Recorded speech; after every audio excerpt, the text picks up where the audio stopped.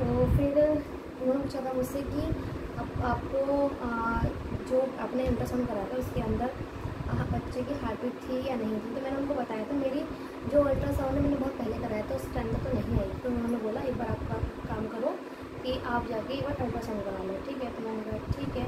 उन्होंने अपना internal checkup भी सब कुछ चेक किया था, तो कह रही थी एवरीथिंग ओके, बट एक बार आप एक बार जाके चेक करा लो। तो मुझे की धड़कन, उस दिन मैंने खाना तक नहीं खाया था, मैं बता नहीं सकती हूँ। मॉर्निंग से लेकर इवनिंग हो गया था, मैंने एक पानी तक नहीं पिया था, क्योंकि टेंशन जब होती है ना। क्योंकि उन्होंने एक लाइन मुझसे ये बोल दी थी कि अगर सब कुछ ठीक रहा तो अगर बच्चे की हार्ट बीट है तो अच्छी बात है, अगर हार्ट बीट नहीं होगी तो हम इसको DNC कुछ बोला था उन्होंने, DNC करा देंगे।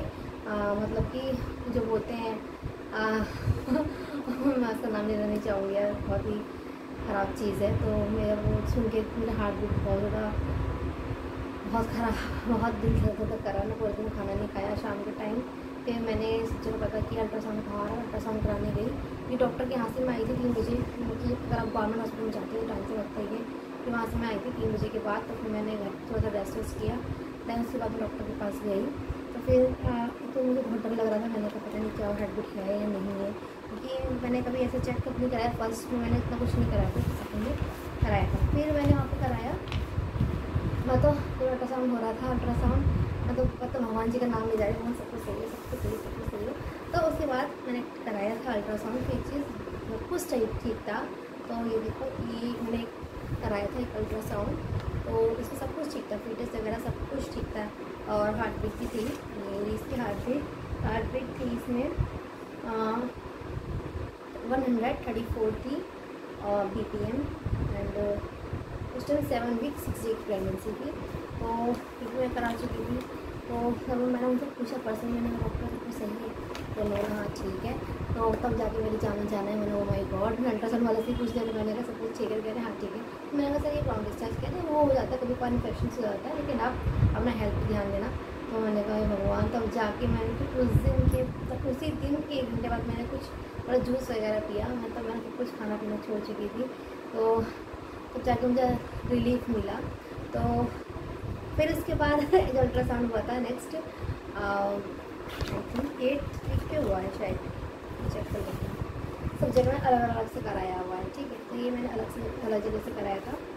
ये मैंने फर्स्ट प्रेगनेंसी में वहीं से कराया था। तो मैंने सोचा इस बार वहीं से करा कर देखती हूँ। तो ये कराया था। तो इसके अंदर आई थिंक जो 18 to 20 वीक्स का होता है वो वाला है, जिसमें बच्चे के हाथ पैर से ठीक है या नहीं, या कमर की रीढ़ की हड्डी है या नहीं, या फिर फिंगर सब कुछ ठीक है या नहीं, वो एवरीथिंग चेक करते हैं डॉक्टर, सब कुछ चेक करते हैं। तो सब कुछ सही था, मुझे बताते जा रहे थे कि आपका ये भी ठीक है, ये भी ठीक है, ये भी ठीक है, सब कुछ सही है। तो ये भी ठीक था, बट एक प्रॉब्लम थी इसके अंदर। जो बेबी जो फीटस था वो ब्रीच पोजीशन पे था। ब्रीच मीन्स जो बच्चा होता है वो उल्टा था। उल्टा मीन्स हेड उसका डाउन होना चाहिए, बट उसका हेड अप में था। एंड जो बट्स थे, बट्स वाला पार्ट जो था वो नीचे था।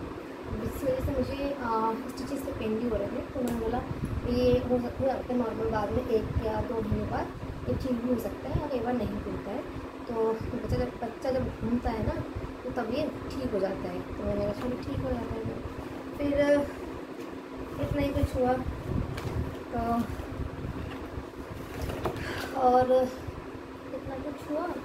एंड फिर अब बस टेंशन लग रही है डिलीवरी की, कैसे होगा। क्योंकि मेरी एक तो जो फर्स्ट प्रेगनेंसी थी वो थी मेरी सिज़ेरियन, तो हुई थी मेरी 5 साल पहले। तो अब मैं 5 साल बाद मैंने प्लान किया है।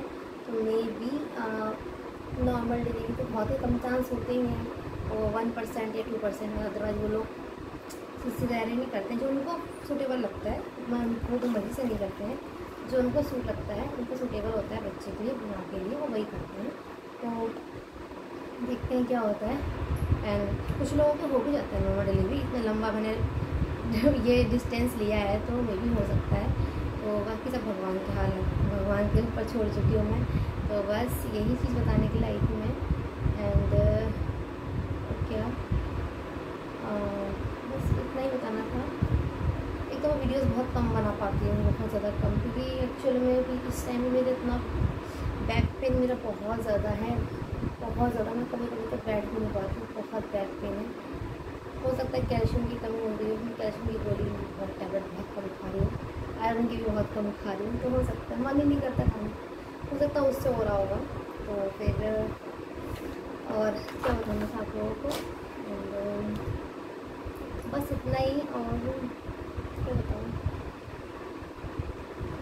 अच्छा